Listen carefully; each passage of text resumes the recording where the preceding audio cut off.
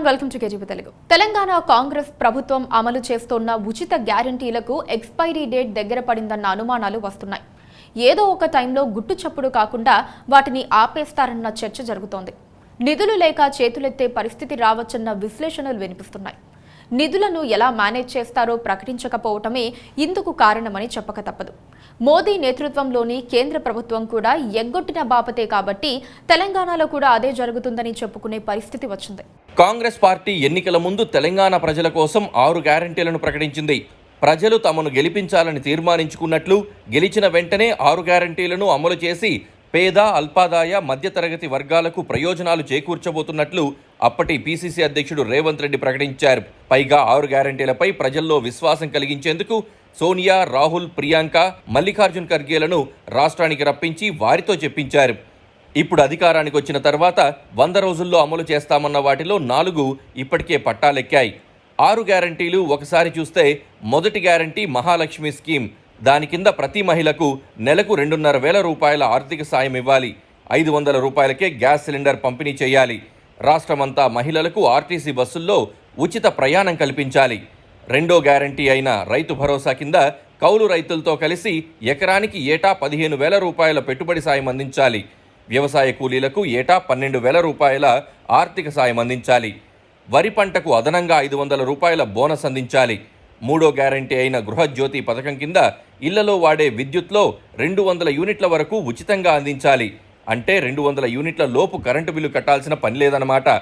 ఇక 4వ గ్యారంటీ కింద ఇందిరమ్మ ఇళ్లు ఏర్పాటు చేయాలి. అందులో భాగంగా ఇల్లు లేని పేదలకు ఇంటి స్థలం ఇవ్వడంతో పాటు ఇంటి నిర్మాణానికి 5 లక్షల రూపాయలు ఆర్థిక సాయం అందించాలి. తెలంగాణ ఉద్యమకారులకు 250 చదరపు గజాల ఇంటి స్థలం అందించాలి. 5వ గ్యారంటీ అయిన యువ వికాసం కింద 2 అంశాలున్నాయి.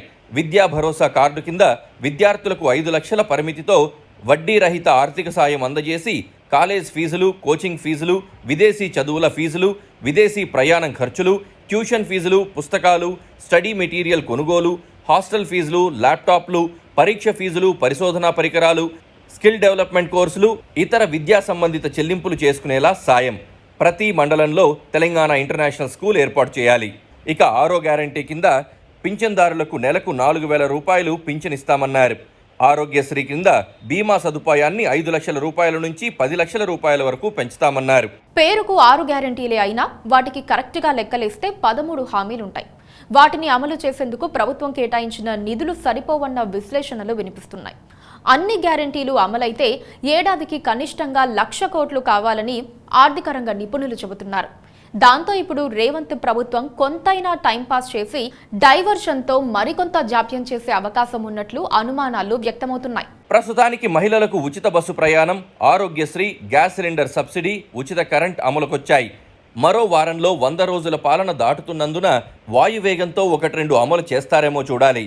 రేవంత్ ప్రభుత్వం ప్రవేశపెట్టిన మధ్యంతర బడ్జెట్లో గ్యారంటీల అమలుకు 53,193 కోట్ల రూపాయలు కేటాయించారు. అది కేటాయింపు మాత్రమే. అందులో మొత్తం ఖర్చు చేయాలని కూడా లేదు. ఇక 6 గ్యారంటీల్లోని 13 అంశాలను పూర్తి స్థాయిలో అమలు చేయాలంటే 1,00,000 కోట్ల రూపాయలు కావాలని, అంతకంటే ఎక్కువ ఖర్చయినా ఆశ్చర్యపడాల్సిన అవసరం లేదని ఆర్థిక రంగ నిపుణులు చెప్తున్నారు. అర్హులను ఎంపిక చేసి మాత్రమే సాయం అందిస్తే 1,00,000 కోట్ల రూపాయలు దాటుతుండగా ఎలాంటి లెక్క చూడకుండా అందరికీ ఇస్తే ఇంకా ఎంత అవుతుందోనన్న భయమూ నెలకొంది. కొంతలో కొంత రేవంత్ రెడ్డి సర్కార్ తెలివిగానే ముందుగా దరఖాస్తులు స్వీకరించిందన్న విశ్లేషణలు వినిపిస్తున్నాయి. అధికారానికి వచ్చిన 90 రోజుల్లోనే ఇసుక ఆదాయం, మద్యం ఆదాయం గణనీయంగా పెరిగిందని ప్రభుత్వం చెబుతోంది. అయితే వాటిని గ్యారంటీలకు మళ్లిస్తారా అన్నది మాత్రం చెప్పలేం. ఎందుకంటే సీఎం రేవంత్ రెడ్డి ఇప్పుడు శంకుస్థాపనల బిజీలో ఉన్నారు. ఎలివేటెడ్ కారిడార్లు, డబుల్ డెక్కర్ కారిడార్లు, పాత బస్తీకి మెట్రో విస్తరణ లాంటి పథకాలతో పాటు కాళేశ్వరం కొత్త బడ్జెట్ను అడ్జస్ట్ చేయాల్సి ఉంది.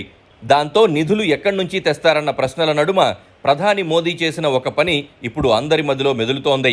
కేంద్రం ఇచ్చే గ్యాస్ సబ్సిడీ ఒకప్పుడు 150 నుంచి 300 రూపాయల వరకు ఉండేది. సిలిండర్ బుక్ చేసి డబ్బులు చెల్లించి డెలివరీ అయిన వారం రోజులకు బ్యాంక్ ఖాతాల్లో సబ్సిడీ జమ అయ్యేది. ఆ సబ్సిడీ క్రమంగా 40 రూపాయలకు దిగొచ్చింది. 2020 నుంచి ఉజ్వల లబ్ధిదారులకు మినహా మిగతా వారికి గ్యాస్ సబ్సిడీని గుట్టుచప్పుడు కాకుండా ఆపేశారు. ఇప్పుడు గ్యాస్ సబ్సిడీ లేదు. అదేమని అడిగితే ఉచితంగా కోవిడ్ వ్యాక్సిన్ ఇచ్చేందుకే నిధులన్నీ ఖర్చవుతున్నాయని బీజేపీ నేతలు ప్రచారం చేశారు. తెలంగాణలో కూడా ఇప్పుడు అదే పరిస్థితి రావచ్చునన్న అనుమానాలు వ్యక్తమవుతున్నాయి. ఇంకా కీలక హామీలు అమలు చేయాల్సి ఉంది. ప్రతి మహిళా ఖాతాలో 2,500 రూపాయలు జమ చేయాలంటే ఎంత ఖర్చవుతుందో ఇంకా లెక్క తేల్చలేదు. ఆ ఖర్చు తడిసి మోపిడి కావడం ఖాయంగా కనిపిస్తోంది. అందుకే క్రమంగా ఉచితాలను ప్రభుత్వం కోల్డ్ స్టోరేజ్ లో పెడుతుందన్న భయాలు వ్యక్తమవుతున్నాయి. రైతు కూలీలకు ఏడాదికేడాది డబ్బులు వేయడం మామూలు విషయం కాదు. అందుకే అన్ని హామీలను అమలు చేయడం ప్రభుత్వానికి కుదరని పనేనని చెప్తున్నారు. కేంద్రం మరో రకంగా రేవంత్ ప్రభుత్వాన్ని ఇరకాటంలో పెట్టింది.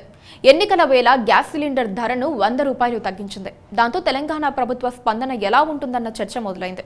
తెలంగాణ ప్రభుత్వం సిలిండర్ను 500 రూపాయలకు ఇస్తూ మిగతా సొమ్మును తన సబ్సిడీగా పరిగణిస్తోంది. ఇప్పుడు 100 తగ్గితే ప్రభుత్వం చేసే వ్యయంలో 100 రూపాయలు తక్కువవుతుందన్నమాట. మరి తెలంగాణ గ్యాస్ సిలిండర్ రేటును రేవంత్ ప్రభుత్వం 500 నుంచి 400కు తగ్గిస్తుందా లేదా అన్నది చూడాలి. ఏదేమైనా ఉచితాలతో ఆర్థిక భారం ఏటికి ఆ ఏడు పెరగటం మాత్రం ఖాయం.